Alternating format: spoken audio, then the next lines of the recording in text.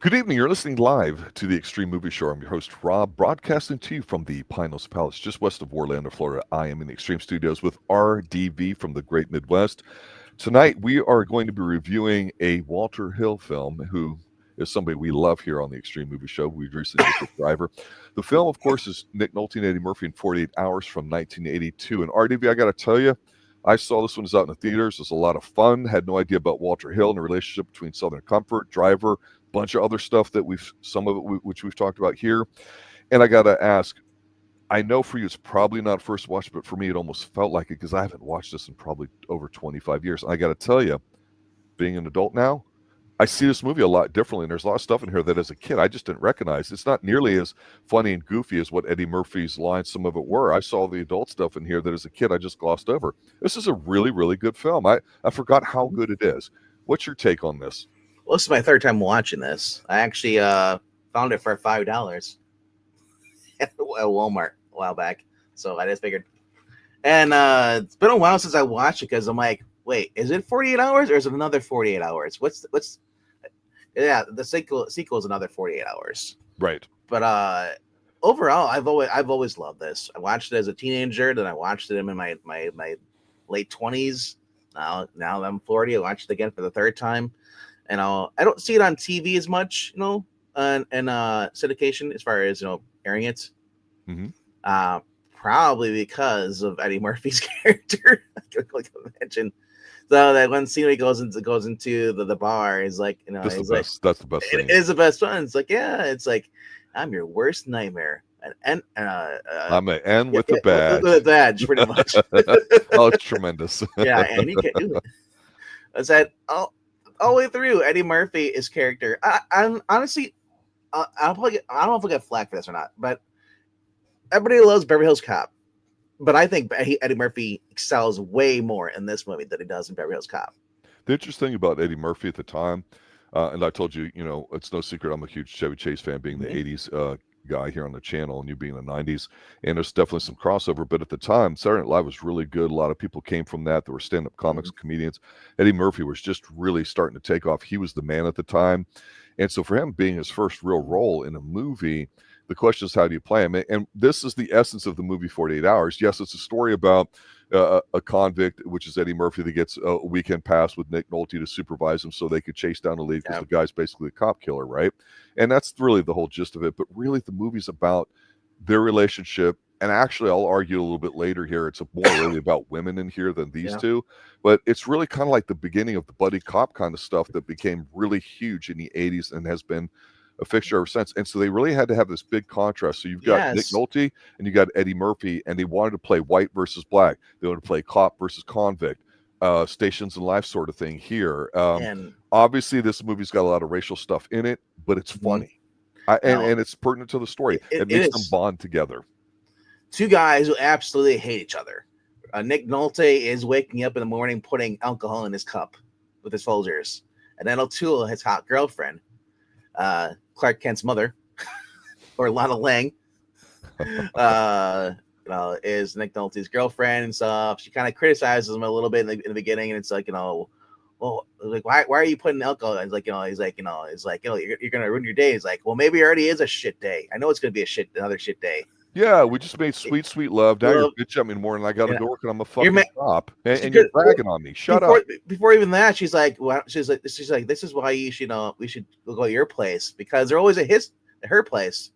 That's why. And she says like, oh, now your shirt's not gonna be nice and fresh. He's like, what makes you think I have clean shirts at my house? Well, again, the adult perspective that, again, as a kid I kind of glossed over is with women, it's always about where is this going. Yeah. And so and so she's not really harping on him. She's just basically in her woman way saying, hey, I'm interested in this being deeper. And if you open yourself up to me more intimately, you invite me over to your place rather than just me being a piece of ass. It's not really her nagging. It's just her kind of pushing, exactly. Exactly. Yes. Quick exchange. You wouldn't really know that if you're just watching for Eddie Murphy and Yucks. Sure. But who the bad guys are, though, right? Yes, we'll get to that. Okay. But I want to point out, like I said, like at the end of their little fight, they do make up, and the kiss, and he leaves, Then said even before this, we get to see the James Remar. Yes, James Remar is Dexter's father, ladies and gentlemen. yes. But he's from the Warriors, bro. True, but he's Dexter. But the younger generation would know him as Dexter's father, the one that shows up. Screw the younger generation. Go back and watch older movies. And the Warriors is also Yeah. a Walter Hill film. Yeah, no, James Remar has been one of my favorite bad guys. He's also in A Miracle on 34th Street. I know. But he was Ajax in the Warriors first, and then in City 9, and then he did this movie 82. And then he was Dutch Schultz in the Con Club 84. I said he was James Gordon's dad or uncle in Gotham. I said I love James Remar, and whenever when he was younger, I kept thinking because he was a next of kin, I believe, with Patrick Swayze playing his brother, and holy crap, they actually do look alike. You can tell, somewhere down the line, they're must be cousins or something. Right. Yeah. But I always want this movie because we get to see a young James Remar. I'm so used to growing up with the older version of him in his 50s, and as they get to Gotham, he gets he's 60, whatever he is now. But seeing him in the younger version of him in 1982, just being a psychopath. I love it. He's pretty intimidating in here. He's got a nice body. He's not a big, huge dude, unlike his partner, which we'll mention here in a minute. Yeah, we talked about he's bringing the seriousness to it. Yes, we talked about when we reviewed The Professional, Leon the Professional, Gary Oldman's character, psychopath. Yes. James Remar. I don't think he's better, but I think they're right around the same talents. Where he does does nuts up guys, and I love it. I know, and I can imagine how much fun he had playing this role. Because obviously he's working on the chain gang, and it's we have here failure to communicate, because that's what we got here. We got it looks like Cool Hand Luke kind of situation where they're out there digging ditches, and then the Indian shows up. Who is the guy in here? He's the guy that we would see later in Predator. Oh, that's right. Yeah, the Indian that smells the danger. Yeah, and noticing how you don't hear anything because they're all scared and he's terrified. Yeah, that guy, Sonny Landham, he played Billy Bear in 48 Hours. There was Billy Soul in Predator, and then Chink Weber in Lockup. Yeah. So, because I knew he looked familiar, and then now that you said that the headband thing, then I realized, oh my gosh, it is him, because 2 years later he was in Predator. And while Remar looks good, he's got a nice physique. He's got the crazy, psycho kind of hair looking. This guy looks like he'd straight up kill you. I mean, these guys, it's this. I hate to say less is more because I'm not a less is more kind of guy. I'm a more is more. But for here, we don't see them that often because they have such a strong introduction where they get into a fight, but it's a setup because they blast the cops. And here's the thing about this print. I don't know which one you saw, but if you own it, you probably got a great copy. We've said before with a few movies like Collateral, and I think with a Michael Mann film, where guns are extremely loud in person. If you're familiar with guns, and most movies and TV shows tune it out or down where it's like pew pew rather than plow plow. Here it's so fucking loud. You're like, man, they waste some people early on, and you're like, man, these guys are bad dudes. Mine's 96 minute Mexico version because the disc was made in Mexico. I don't know. So they don't tune away from this. They actually just show the cops being shot. Going over. Only one cop, because that's a classic, thing. Let the one go crawls on the bus, get on dispatch, say, we need help out here. Some guys, and Billy, and what's his name left, James, in this pickup, with hay on it, blue on it. So, meanwhile, all the other prisoners are kind of running away, stuff. Mike, aren't they all chained together? I thought it was kind of weird that they weren't chained together, but I think there's levels of it, but but because Cool and Luke, they did not take chances. You were chained, but overall, like I said, this is a very fun movie. The banter between Nick Nolte, who's a hard ass in this, which I love. We see that more in him, Nick Nolte version of this movie more in Extreme Prejudice. Absolutely, another Walter Hill film that would come out a couple years later. But all the way from the very end, with Nick Nolte with the gun, and it's just it's just like it ends now, and it's like, it's just like, and then he just, even when he shoots the guy at the end, it's just like he just kind of sits there and like, it's just like he's just got that awesome face. He's got that. We talk about Big Dirty Wolf is a Harry. tremendous actor. Yeah. I mean, people don't think of him as one, but he really is. Yes. I think of him, when I think of him as a serious version of Gary Busey. Well, yeah, but Gary's good too. But here's the thing. The scene again. This is how dramatically different this movie seems to me now watching as an adult. The scene where they meet each other for the first time. So he goes, and so basically the setup is these two dudes had, and Eddie Murphy, they got involved in a drug deal, and there's a shitload of money that's being hidden, and they're trying to find it basically. But Eddie's in prison, so Eddie took the fall, and he made sure that since they betrayed him, that he hid the money because he didn't trust them. Right. So the thing is when he goes to pull him out for the 48-hour weekend thing to look for him, he's sitting there. He's got the old school classic Sony Walkman, which is very expensive at the time. That was the thing, or it was a knockoff, whatever. But he's singing Roxanne. He's doing that high voice kind of thing, and Roxanne and all that. And here's the thing: I was such a huge Police guy in the 70s, going into the 80s. They were just a tremendous band. Then they, of course, broke up. That song, everybody would do that, and that was what Eddie Murphy was known for, and it was just kind of cool and funny to do it. But all of a sudden, I'm not saying Eddie Murphy wasn't good in this, because I think he was, but it's what you said at the beginning, where he's a lot better in this than like in Beverly Hills. And I agree with you, because yes, that's funny, and the way he does it's funny, but it's appropriate because you're taking somebody that's a straight hardcore white dude who's follows the law, and I'm not going to say Eddie Murphy was a pimp, but he's a stylish black guy, because even later on when he calls him up, he's like, hey, I'm glad you called me back. I'm hanging out here at the Fillmore district at such and such. You don't know nothing about that, but this is the place where the brothers like to hang out. That's not being racial. That's not being racist or any of that other kind of stuff. That's just kind of how people would talk back then. They went to a white bar, stuff happened. Now they're going to go to a black bar, stuff's going to happen, right? So you get to see both of their worlds here, and Eddie's great at this. Yes. So basically, after James Remar and Billy decide to basically break out and leave, they come across. Well, they go to San Francisco. They kill Henry Wong, played by John Hawk. He's a former member of the gang. And after that, they go assault another former member, Luther Kelly. David Patrick Kelly, as I was looking up, as this guy. He's an American actor, musician, lyricist. He's appeared in numerous films. He was basically in The Warriors. He was the main antagonist, Luther. He's in a lot of Spike Lee films like Malcolm X. So they go after him, and he tells them, I can't get the money, So they kidnap, his girlfriend, his collateral. Then they use a stolen credit card from a hotel room, and this causes Jack, and Jonathan Banks, that they'll investigate. So if you don't know who Jonathan Banks is, he's Mike, Breaking Bad. Yeah. He's the old guy. The guy who should have took out Walter White at the end. Fuck Walter White. It would have made more sense, because Mike was so much cooler than Walter White as ever was in the whole entire show.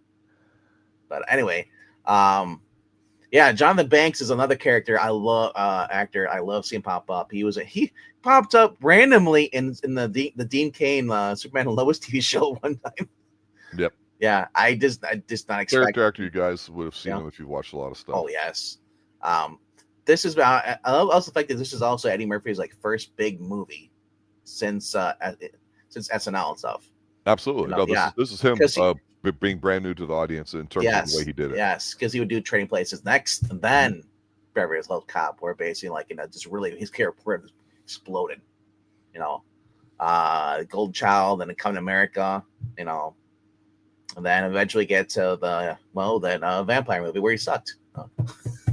But I said I kind of love this film. It's just been the banter, exchange with everybody. I love we talk about the setting and stuff, but they're showing San Francisco and stuff. We get to see a lot of that too here when they're driving around. Well, you and I have mentioned before that at least for me, making an area, a town, an island, if you're marooned, whatever, a part of the character of the story, I think is important. It doesn't have to always be that way. I certainly like it. Maybe it's a bit gothic nature, I don't know, but sometimes it helps. Yeah. We've said before in a lot of San Francisco type films, Yep. begin with the dirty hair films, but also going back to Humphrey Bogart. There was a movie that we talked about, Yeah. the one with his face and all that, where they showed it. And it was just kind of cool because you get to see it. And San Francisco is very picturesque with the hills. You know where you're at. And Driver, where was that at? Was that Los Angeles or was that San Francisco? That was San Francisco. Yeah. No, Bullet. Excuse me. Bullet was San Francisco. Yeah. So, I mean, it's like we're going on a San Francisco run without even really knowing about it. No. So basically, because when Jack goes and played by Nick Nolte goes to go Jonathan Banks and the other cop, they'll go to the hotel. They get in a shootout, and sadly Jonathan Banks dies. So much hate for Jonathan Banks. You got a punchable face, that's why. Oh, he's great. He's yeah, but anyway, so basically Jack gets his Nick Nolte gets his gun stolen, by James Remar. And basically, he's forced to go to the lockup, and that's where he looks at the final gang member, the one who hasn't died yet. That's part of the thing. That's Eddie Murphy. So he's forced to work with him, in order to find the money and also stop the bad guys. Along the way, Eddie Murphy is kind of like trying to give him the slip. So, and not only that, Eddie Murphy's like, there's a scene where they're at a club and stuff, and like he's got this girl he's kind of he sees a girl he basically. He hits on, and and I love this, like Nick Nolte. He's like, we're not here to get you, you're here to get fucking pussy. We're here to catch the bad guys. And just Nick Nolte's character the whole entire time, he does not pull punches. He's not PC. Point. Yeah, I love the fact that this is old school America where you can say whatever the fuck you want. Sorry, YouTube, I swore, but and not have to worry about having to watch your words, what you say, and just or how you act, because like I said, back then there was understanding, and as long as you didn't attack anybody, hurt anybody, no one really cared. Words didn't matter, And if and the other thing is that if you say something, you piss somebody off, well, you're on your own. Yeah. Oh, absolutely. Yeah. So be careful what you say, because you might get your ass kicked. But hey, we're not going to cancel you and try to take away your job. No, that bullshit. As I said, back then, men were men, not weak, as they are today, as far as society. Oh, we can't fight. Look in Scotland, you're not allowed to fight. You're not allowed to defend yourself. Violence, it will just cause more violence. But I hear this. Eddie Murphy's character is such a huge antagonist. I love it. And he just tries whatever he can to push Nick Nolte's buttons, and Nick Nolte is not going to take his shit. And you think he's doing that? Yeah. See, I don't. No, at first, till he starts, until Eddie Murphy starts to actually want to do stuff, and then Nick Nolte becomes impatient, and until I feel like Nick Nolte's character more has a struggle as far as dealing with Reggie.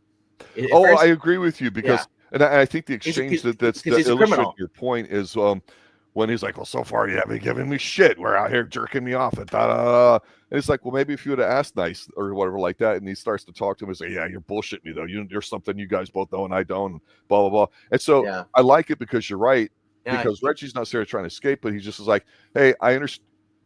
I'm with you. Treat me like a partner. That's basically what he's saying to him without saying it, right? Yeah. And he's saying it in his own slick way, how he gets information out. And that's to the point where they go to the redneck bar where they're talking about bullshit and badge. He's like, man, no, if it weren't for that badge and your bullshit, you wouldn't have nothing. You need me. And he's like, okay, and this is where he proves it in a great here's a gun, here's a badge. Go in there.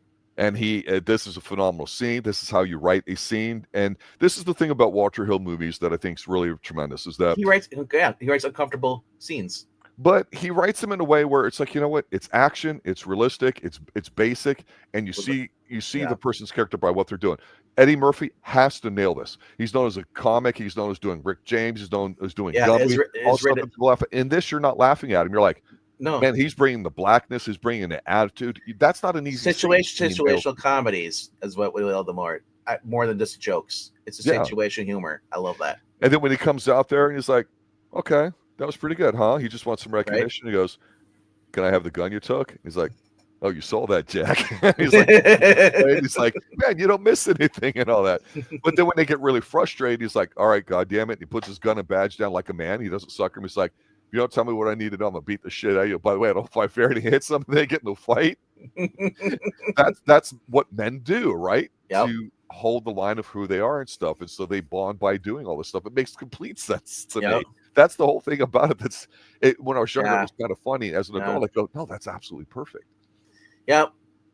Yeah. So then after this, they go to Billy's girlfriend, Casey, played by Margaret Rose, who I don't think she's really done much other than this. Apparently, her Wikipedia says that she's a composer and a lyricist.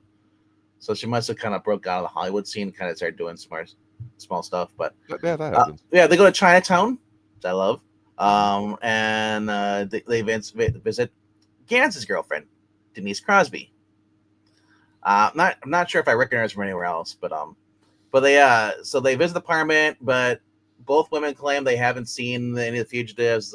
So then Reggie and Jack basically, they get the fist fight, which is broken up by patrol cars, and Reggie admits that Jack, they did that they robbed, a drug dealer 500,000 years, 3 years ago, and the money is stashed in the trunk of Reggie's Porsche, which is in downtown parking garage. Unless you're a little secret, Jack, you just passed right by it.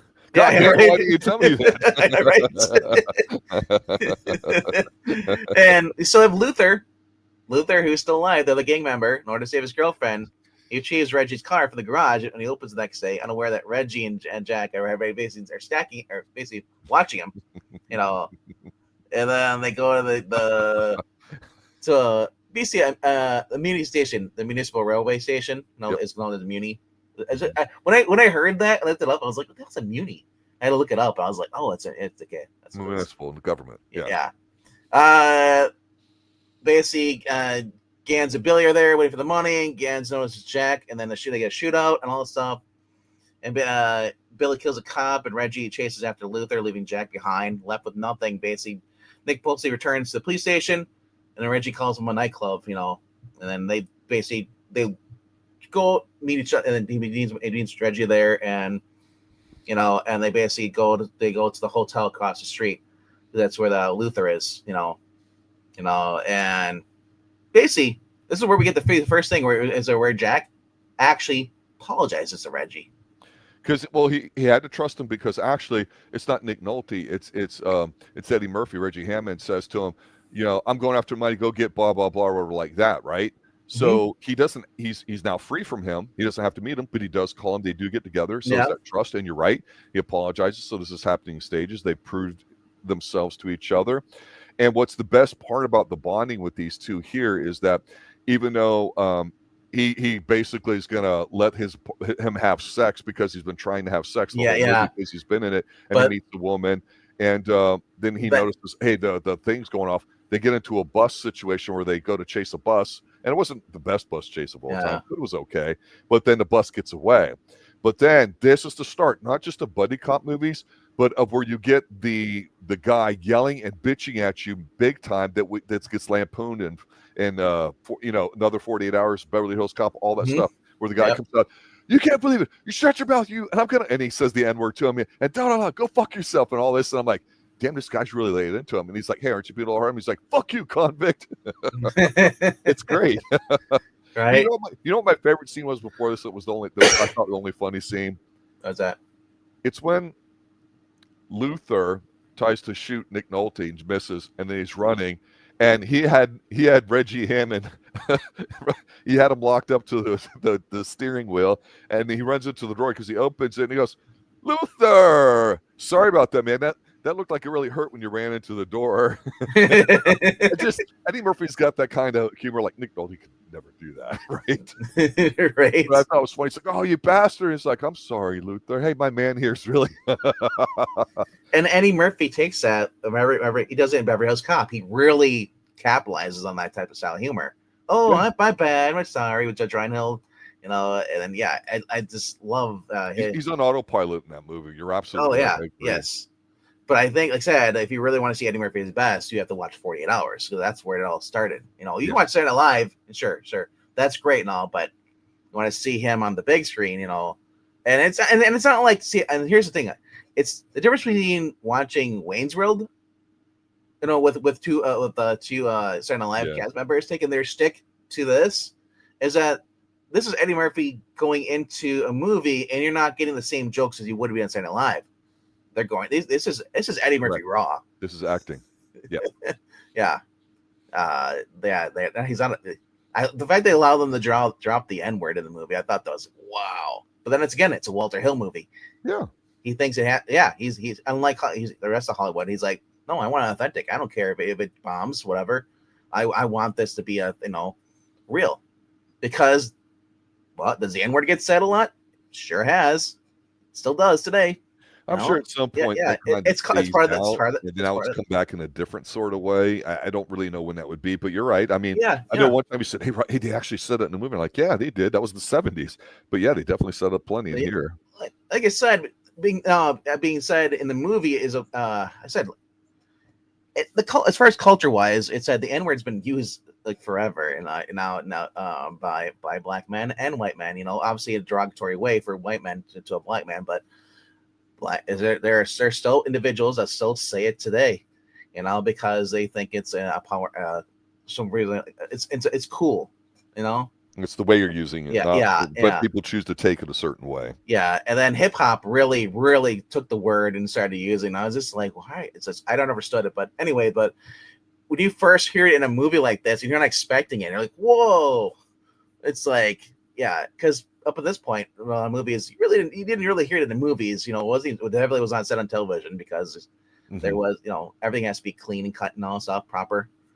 But so Eddie Murphy dropping the N-word here, I think at least once or twice in this movie, was really kind of like crazy. Like, I'm sure there's people who are like, we're probably offended by it, but there are people who are like, us are like, whoa, I didn't expect that. It's like, but it felt more realistic though with his character being in jail. So 100%, being a thug, and that's why you can do it. Yeah. It's central to the character and to the story. Had Eddie Murphy not been, if Eddie Murphy had been a normal person, like a clean collar guy working at a gas, at a store and stuff, that character, that type of person would not be dropping the N-word.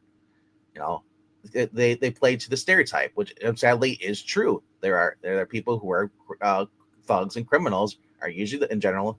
You see the ones that are dropping the N-word and all stuff. But anyway, get away from that stuff. I want to point out though, I said Nick Nolte in this movie is just fantastic equally as well as Eddie Murphy. You can even argue that Eddie Murphy is much more outstanding character in this. He kind of becomes like the main lead in this a little bit, even though we're introduced to Jack first. They seem equally strong, don't they? Yeah. And their chemistry is great. And a lot of movies you don't have it, like in 48 Hours or Beverly Hills Cop. It's him and everybody's a flunky. You talk about buddy cops, and I'm trying to think like, okay, what was the next one? Running Scared? Well, that was I think 86 maybe. Yeah, later on, yeah. But I mean, Beverly like Cop, which is 84. Then you had a Lethal Weapon. All Lethal Weapon is the next one I'm thinking of. Yeah. This might be the first buddy cop actual movie where especially two people who don't really get along. So well, the question is, it's not that they don't get along; they don't know each other. And Nick Nolte has to be in charge, so he's basically, this is my show, this is how it's going. And I know Anthony's talking about another 48 Hours. I remember seeing another 48 Hours. I don't remember anything about it. I think that's the one. It's not 48 Hours. Another 48 Hours. I think that's the one that's in the warehouse fight at the end with the gang members. Don't even remember. I think so. I think because I wonder if it's. I think it's been a while since I've seen it, but I thought another 40 Hours is where they actually have. I thought they connected the movies as far as. Don't recall. The villain at the end is the drug lord. But you know what? Here's the problem with another 48 Hours without even rewatching and reviewing it, which, again, opinions are, subject to change upon reviewing it. What makes this film as great as we're saying Nick Nolte is, and as great as, Eddie Murphy is in here and the setup and all that. But it's Walter Hill and the way it's written. Yeah. But I also want to there's one more important thing we kind of have not mentioned, though, and she is very important. Olivia Brown. Do you know who Olivia Brown is? You should know her. She was Trudy in Miami Vice. That's Trudy. Yes, the one he hooks up with. That's it, Trudy. She's had bigger hair in Miami Vice. You are Yes. correct, sir. So I thought that was kind of funny. As I was like, because for until I watched Miami Vice, I had no idea who this chick was. I was like, she's got kind of a big nose, but hey, she's kind of cute though in this movie. I was like, and then as I watched Miami Vice, last year for the first time, I was like, oh my gosh, that's what that is. And I know I can watch it. It's like, oh, it is her. It's like, that's awesome. So I was watching it today. I was like, that's totally Trudy with Eddie Murphy. That's what was kind of funny. Well, the last thing I'll say about the film is that I mentioned at the beginning, I kind of want to say it here at the end after we talked some stuff about it, is that, again, you could call this a buddy cop film. You could say it's great chemistry. You could say it's a race movie. There's a lot of things you can write it. I don't want to call it a smart film. But the thing about this movie to me that I think makes it work, and I said Walter Hill, is the fact that it really all comes down to women. They're hardly in the movie. But the point is they go to see the women because, hey, when you're Joe, you want to see your squeeze or last woman you screwed. That's human nature. The way these guys fight and go to the titty bar or the different one and him finally getting sex, that's the show of respect between them. And, Trudy's character, you make it sound like I'm saying she's a whore. No, I'm not. It's just anybody thinks that, understand that adults go out to bars to meet people to have sex. Now it's just apps for the most part, right? So the thing about Walter Hill, knowing all the stuff, putting him there is just a great human touch. And so what happens at the end? He's like, yeah, well, too bad we almost got him. And it's like, well, I guess I got to, take you back or like that. It's like, oh, so you think we should go back to Chinatown and check it out? And then that's where they, have the big face off and all that. They go check that Billy's girlfriend. And fog machines, sir. And they fog machines dialed up in here with Nick Nolte coming out of that blast the dude. You can't tell me that's not a great scene. Okay, you can't just bring up the fog machine. You got to bring up the fact they have the pink neon lights, making it harder to see. It's dark too. So you get just enough light with the pink neon scene and pink neon lights, That's right. And then the fog stuff, and Eddie Murphy ends up basically like getting taken hostage by James Remar with the gun in his head. He's like, and as it comes out, he's like, and Nick Nolte's like, nowhere to go. It's like, you're done. And it's like, what do you mean? I got the money, and I got the hostage. I'm gravy, baby, pretty much, And Eddie Murphy's like, dude, don't hesitate. Just blow him away. And what does Nick Nolte do? He does it. He's like, I can't believe you actually just did that. You could have killed me. But he doesn't say anything. Yeah. So. No, it's a great looking scene. It makes you really go, yeah, this guy was good. Yeah. And then the scene where they're in they're standing in front of the convertible with the cash and the money, like the money there itself. He's like, because he basically takes Eddie Murphy to go see his girlfriend, say goodbye to her and stuff. Because don't worry, he's like, you'll see her in 6 months. It'll be done. It'll be over with a quick so don't worry about it. He's like, what about money? He's like, well, the money will be here waiting for you. He's like, and he's like, you don't want anything? You don't want anything at all? He's like, I'm always fond of the ragtop convertibles because it gives him shit being black. For having a Porsche, which is a rich white man's car. Yeah. He's like, I figured you probably have the whatever. And he goes, well, some bastard took the last Cadillac, right? But I don't know if Nick Nolte's driving a Cadillac, but it's a ragtop kind of convertible. And I know there was a version of that was a Cadillac. Cadillacs were such sweet rides, man, for such a long time. Yeah. So he said that ending was cool. It's just that scene where before Nick Nolte just sits there, I think he shoots a guy, and he's just like. He just the close up on his face. You can see the fog behind the light and stuff, and just like, oh my gosh, this is just so badass. Yeah. Like I said, like a top 10 like kills at the end. Like we always talk about Dirty Harry after he shoots the guy. And you see the close up. Nick Nolte is right up there with level of Harry Callahan. I think for me, my final thoughts were just. As a kid, I looked at it more at the lens of Eddie Murphy because I had seen so much of him on Saturday Night Live and being a goof and a comic and all that, impressions and stuff. So I thought it was a lot more funnier and like that. Now I'm watching it. I'm not saying there's not humor in here, but I appreciate it a lot better as a film than when I first saw it because of the touches Walter Hill put into it and more because of Nick Nolte. At the time, I'm like, okay, he's just some guy that talks like he's smoking and drinking all the time, which you could argue that's what he is, and that's fine. But Nick Nolte, God, he is so good, and you're right. I mean, he's just a very talented guy. He's very believable. Extreme Prejudice. Wow, what a film with Powers Booth, who was also another Walter Hill film. Walter Hill film and Men in Action, the type of manly stuff. I'm not going to say action like a martial arts film or a gun shoot up, but just talking shit and being a man. Walter Hill's got it. He's able to do Yeah. that. Don't know what it is about him, but he's There's- able to do it, and it works in this film. It's a great. There are two more side characters in here, actors in here that we haven't mentioned at all. One of them I have to mention is Brion James. Keogh? Yeah. Brion James. Because Keogh he is Leon Kowalski in Blade Runner. mm-hmm. He also comes back for another 48 hours. He's in a Silverado, Tango and Cash, Red Heat, The Player, Fifth Element. Yeah, he is always antagonist. Yep, Red I Heat. believe that's Walter Hill as well with the Right. Chicago thing. Yes, with Arnie. Yeah, and Jim Belushi. Yep. Come on, you with the main man. Yeah. And then the other one is Inspector Lloyd, played by Jack Tibel. You should know him because he was Clarence England in Escape from Alcatraz. And he also appeared on other movies. Oh, he was the one yelling at him. Yeah. You're right. Yeah. Anyway, which you can. Sudden Impact. Yeah. So I thought that was kind of cool. These little like little Easter eggs, kind of like cast members, just kind of popping up, and it's like, hey, I've seen these guys before. Yeah. You know. Yeah. And then I was looking. What was the other? Sandy Martin. She plays Officer Kramer. She's in here. Not really a big role, but she's basically best known for basically being in Napoleon Dynamite, and then she did the big TV series called Big Love back in the day, and then she more recently appeared on Ray Donovan and It's Always Sunny in Philadelphia. Okay. So small world. And then some of the dancers in here, Ola Ray, she was Cowgirl. Roman's dancer. Mm-hmm. She was known in Thriller. She was the girlfriend of Michael Jackson in the music video.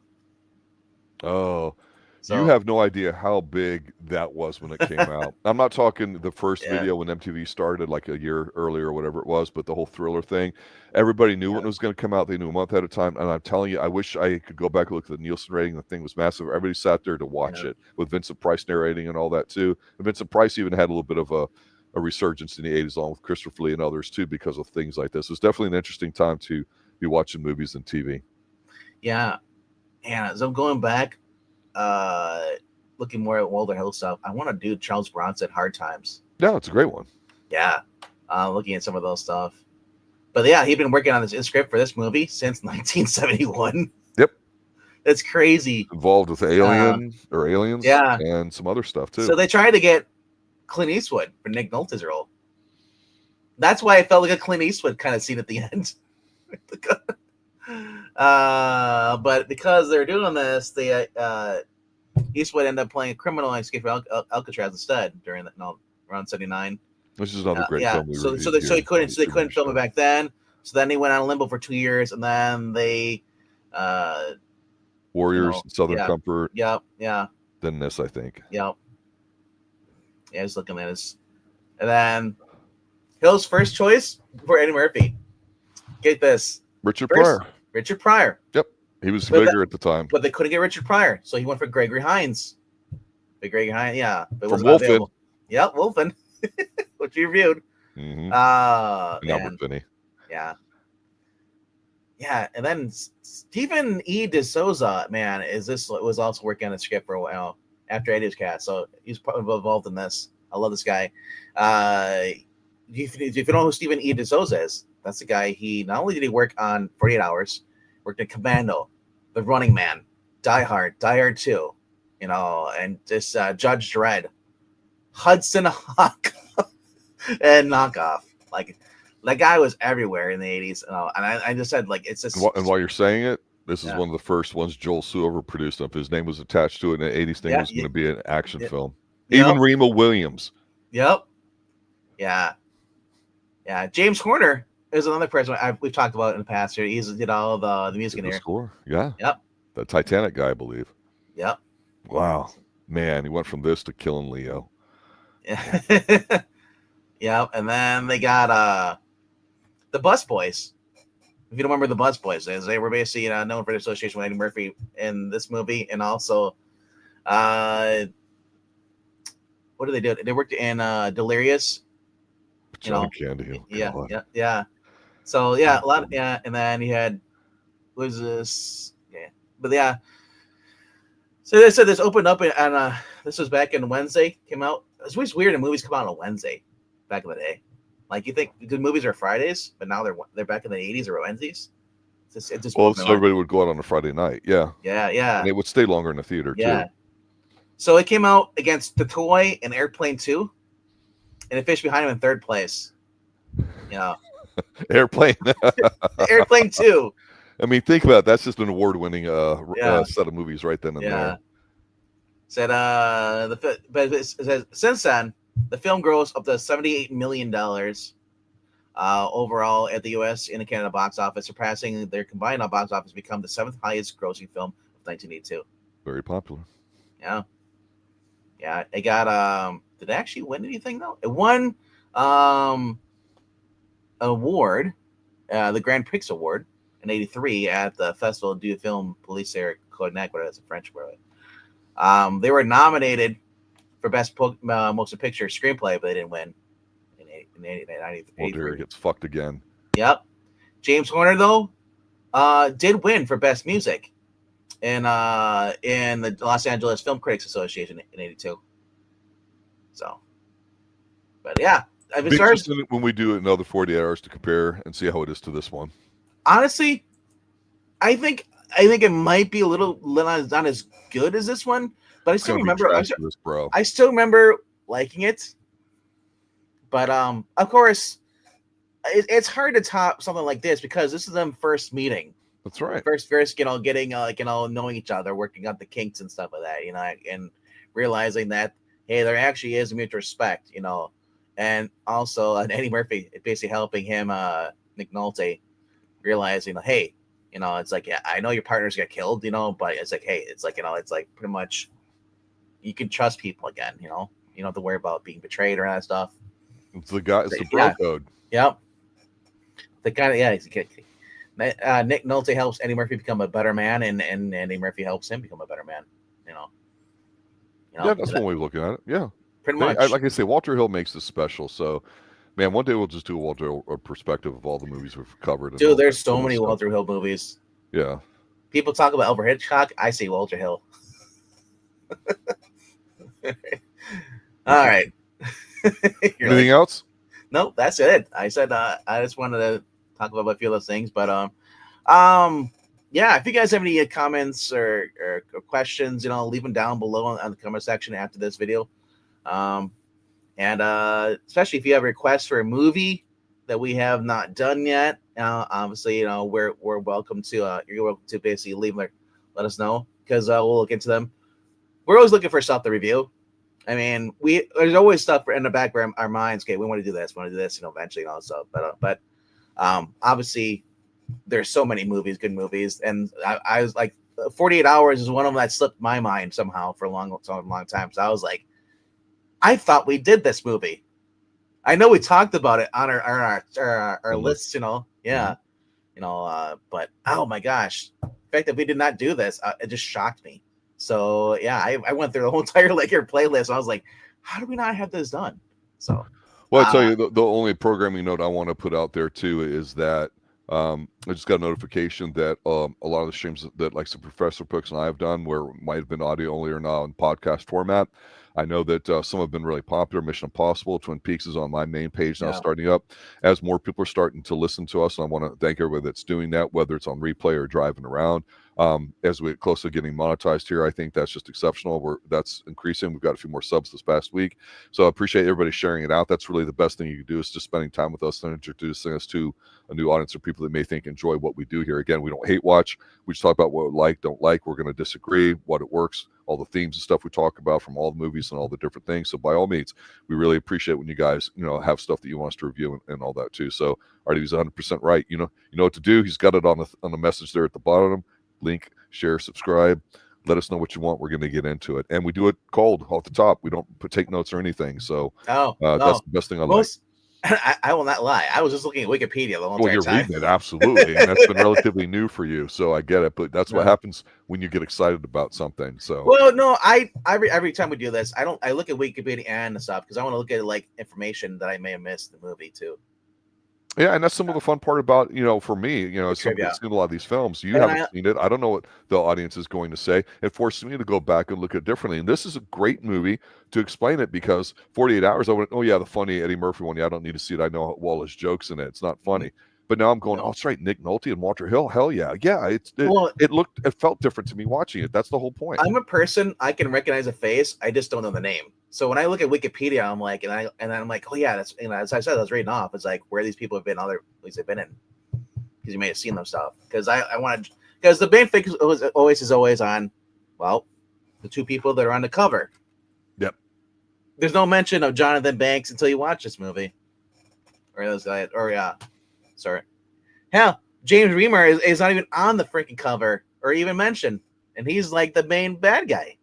So it's like, it's crazy, but we'll be back on Sunday for another movie, maybe another Walter Hill movie. Who knows? Maybe we'll do another movie with cars. Maybe we'll do the Getaway. Who knows? Or we'll do Driven. Or Christine. Right. Good night now. Later, guys. Is there a Knight Rider TV movie we can review? Probably.